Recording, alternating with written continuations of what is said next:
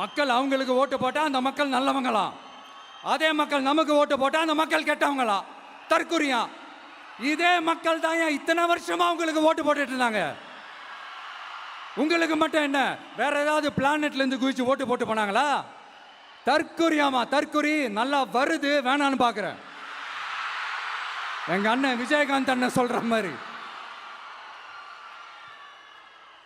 அண்ணா அவர்கள் ஆரம்பிச்ச கட்சியை ஒரு அடிமை கூடாரமா ஆக்குனது யாருங்க சார்? இப்படியெல்லாம் ஆக்கிட்டு உண்மையை சொல்லு உடன்பிறப்பேவா. உங்களோட அந்த உண்மையான உடன்பிறப்புக்கெல்லாம் என்ன சொல்றாங்க தெரியுமா சார்? திமுக இப்படி ஆனதுக்கு காரணம், அந்த காரணத்தை வெளியிலலாம் போய் தேடாதீங்க, உங்க குடும்பத்துக்குள்ளேயே கேளுங்கிறாங்க. உங்களுக்காக மாடா உழைச்சி தேஞ்சு போய் கிடக்கிறோம். திமுக இப்படி ஆனதுக்கு காரணம் உழைக்காம சொகுசா இருக்கிற உங்க குடும்பத்துக்குள்ளேயே போய் கேளுங்கிறாங்க. ஒவ்வொரு திமுக தொண்டனும் அதை சொல்றாங்க. அதை புரிஞ்சிக்காம நம்மளையும் நம்ம மக்களையும் தப்பா பேசிக்கிட்டு, நீங்க மக்களை தப்பா பேசுனீங்கன்னா இந்த விஜய் வந்து கேள்வி கேட்பான், சும்மா இருக்க மாட்டான். இந்த விஜயும் தமிழ்நாட்டு மக்களும் வேறு வேறு இல்லை. இந்த விஜய் தான் தமிழ்நாட்டு மக்களோட ஒரு உண்மையான ஒரே பிரதிநிதி. இது இன்னைக்கும் சரி, நாளைக்கும் சரி, நாளன்னைக்கும் சரி, இதுதான் நிஜம். மறுபடியும் சொல்றேன், நமக்கும் மக்களுக்கும் இடையே இருக்கிற இந்த பூர்வ ஜென்ம பந்தத்தை, அந்த உறவை ஏதோ இந்த சதிகள் சூழ்ச்சிகள் பண்ணி யாராலையும் எதுவும் கெடுக்கவே முடியாது. கெடுக்க ட்ரை பண்ணீங்க. நம்ம ஆட்சிக்கெல்லாம் வரதுக்கு முன்னாடி என்ன சதிகள், என்ன சூழ்ச்சிகள், என்னென்னலாம் பண்ணி எப்படியெல்லாம் தடுத்துடலான்னு.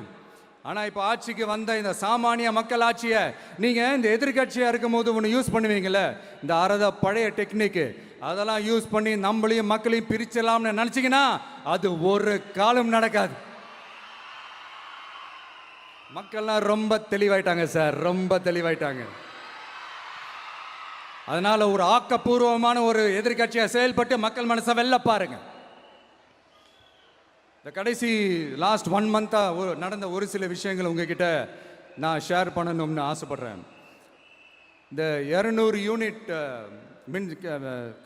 மின்சாரம், கட்டணமில்லா மின்சாரம் அறிவிச்சோம். அதில் ஆல்ரெடி இருந்த 100 யூனிட் திமுக கொடுத்தது கிடையாது. மேடம் ஜெயலலிதா மேடம் இருந்தப்போ செஞ்சுட்டு போனது. ஸ்டாலின் சார் பதவி போன அந்த கடுப்புல அறிக்கையா விட்டு தள்ளிக்கிட்டு இருக்கிறாரு. என்ன பண்ணீங்க உங்களோட ஆட்சியில?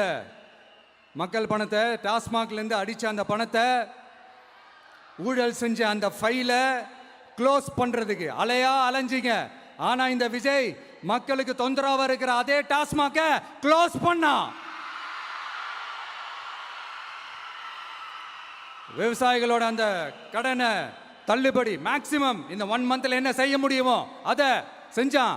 நீங்க தான் அந்த நிதி சம்பந்தமா இருக்கிற எல்லா கேட்டையும் லாக் பண்ணி வச்சுட்டு போயிருக்கிறீங்க. அதை சரி செய்ய வேணாமா? அதை ஒழுங்குபடுத்த வேணாமா?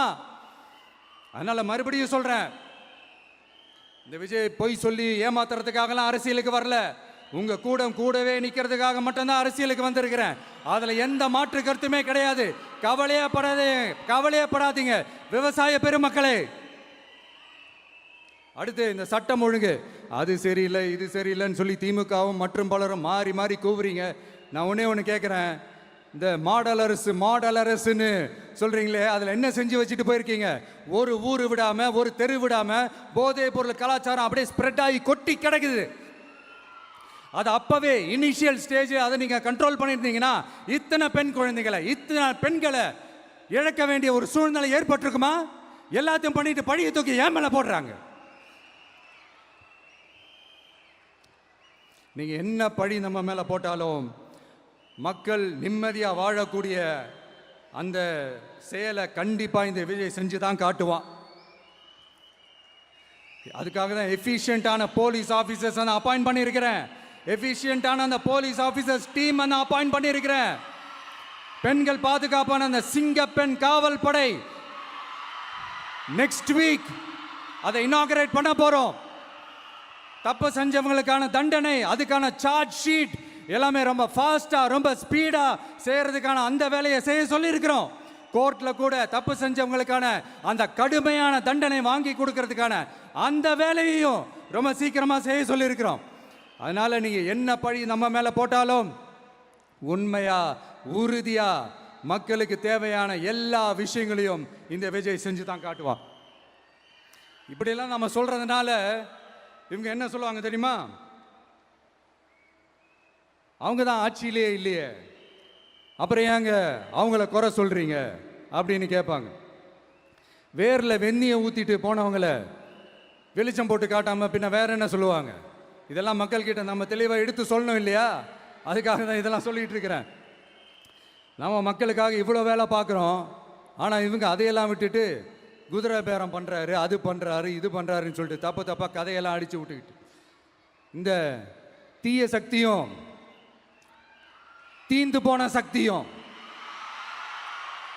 அதாங்க திமுகவும் மற்றும் பலரும் ஒன்னா சேர்ந்துக்கிட்டு திருட்டுத்தனமா யாருக்கும் தெரியாம ஒரு ஓரமா மூலையில உட்கார்ந்துட்டு பேரம் பேசி கூட்டு சேர்ந்து ஆட்சி அமைச்சு கொள்ளையடிக்க திட்டம் போட்டாங்க. அது ஏன் தெரியுமா? உங்களோட இந்த டிவிக்கு ஆட்சி அமைஞ்சா அவங்க பொழப்பே போயிடும். அந்த கொள்ளையடிக்கிறது, லஞ்சம், ஊழல் எல்லாமே கத்தம் கத்தம். அதான் இந்த காரணம். அடுத்து ஸ்டாலின் சார், திமுக இப்போ தீய சக்தி மட்டும் இல்ல, மக்களை விட்டு ரொம்ப தூரமா போன தூர சக்தி, ஓர சக்தி, கோர சக்தி, பார சக்தி. நீங்க எப்போ இந்த தீந்து போன சக்தியோட நீங்க கூட்டு சேர்ந்துக்கிட்டு ஆட்சி அமைக்கணும்னு நினைச்சீங்களோ அப்பவே இந்த திமுக தூர்ந்து போன சக்தியாகவும் ஆயிடுச்சு. நீங்களாம் நம்மளை பத்தி அவதூறு பேசலாமா சார்? இது நியாயமா? மக்களை இவ்வளவு பெரிய மக்கள் சக்தி நம்மளோடு இருக்கும் போது நமக்கு எதுக்கு வேற அரசியல்? எலெக்ஷன்ல 50-60 வருஷமா இருந்த சாதிய உடைச்சிருக்கிறோம், மதத்தை உடைச்சிருக்கிறோம், காசு கொடுத்து ஓட்டு வாங்கறத உடைச்சிருக்கிறோம். நாம எது செஞ்சாலும் கான்ஸ்டிடியூஷன்ல தான் செய்வோம். நாம சிங்கிள் மெஜாரிட்டி வாங்கி இருந்தாலும் நம்மளை நம்பி முறையா கூட்டணியில கட்சியில ஆதரிக்க வர்றவங்களை அரவணைச்சு தான் இருப்போம். நான் இப்பவும் மீண்டும் டிக்ளேர் பண்றேன், டிவிகே ஆட்சி எந்த பாகுபாடும் இல்லாம எல்லாருக்குமான ஒரு ஆட்சியா தான் இருக்கும். அதுல எந்த மாற்றமும் கிடையாது. ஸ்டாலின் சார் மாதிரி ஊசலாட்டம் இருக்கவே இருக்காது. மதச்சார்பற்ற கொள்கையில சமரசமே இல்லை.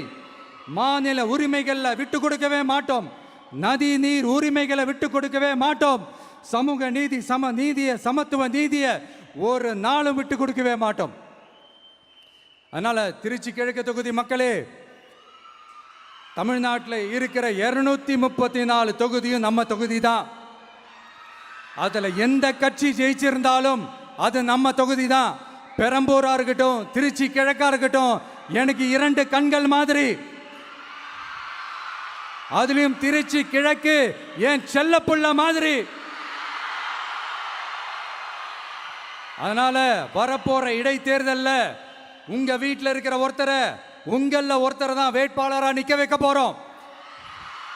நீங்க எப்படி இந்த விஜய்க்கு ஆதரவு கொடுத்து ஓட்டு போட்டு ஜெயிக்க வச்சீங்களோ அதே மாதிரி வரப்போற இடைத்தேர்தல்ல உங்களுடைய அந்த வேட்பாளரையும் ஜெயிக்க வைப்பீங்கன்ற அந்த ஒரு நம்பிக்கை நான் முழுமையாக தான் நம்புறேன்.